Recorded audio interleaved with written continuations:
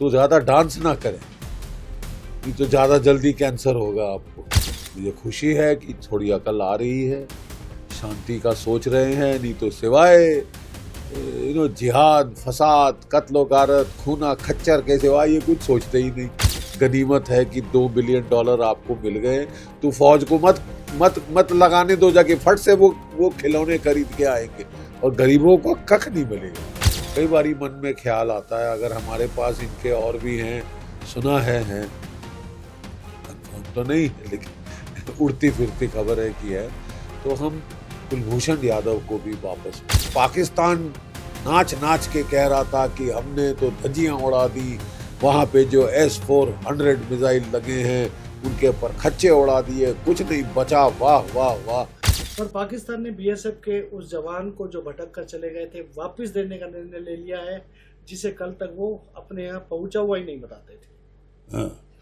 ये देखिए, अब मेरा ख्याल तबीयत साफ हो गई है, होश हवास उड़ गए थे बिल्कुल है, और ड्रामा कर रहे थे कि, और भंगड़े कर रहे थे जीत के। तो मैंने इनको नसीहत दी है कि भाई थोड़ा सा भंगड़ा इतना मत करो, क्योंकि अगर रेडियो एक्टिव हवा है ना तो तुमको असर पड़ेगा वहाँ पे बहुत।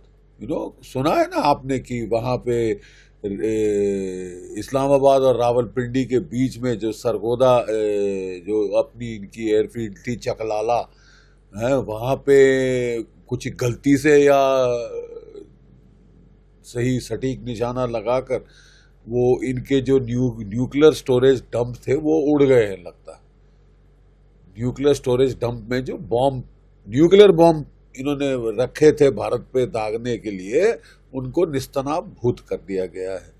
तो उससे जो इलाके में रेडियो एक्टिविटी, रेडियो धर्मिता बढ़ जाती है।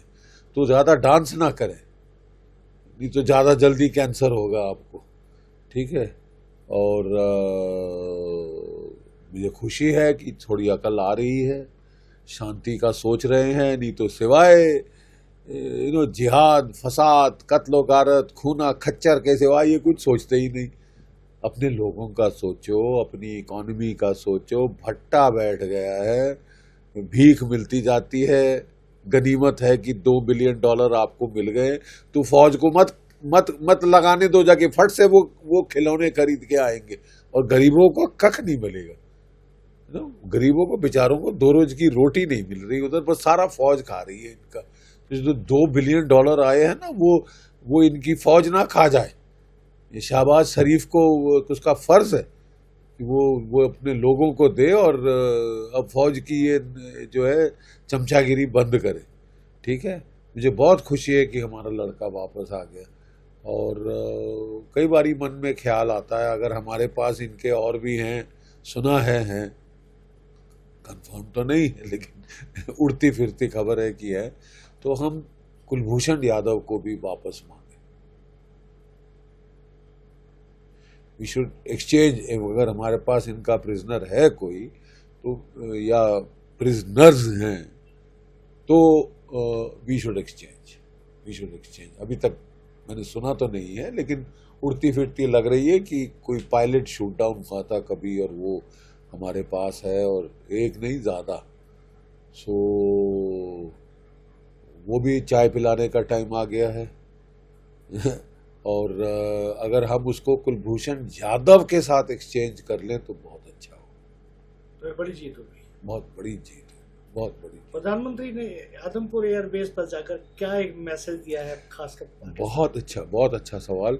देखिए, सबसे पहले प्रधानमंत्री ने आदमपुर, जो कि हमारा मोस्ट इम्पॉर्टेंट बेस है वेस्टर्न सेक्टर में, वहाँ उसके ऊपर पाकिस्तान नाच नाच के कह रहा था कि हमने तो धज्जियां उड़ा दी, वहाँ पे जो S-400 मिसाइल लगे हैं उनके ऊपर खच्चे उड़ा दिए, कुछ नहीं बचा। वाह वाह वाह, ये लोग कर रहे थे।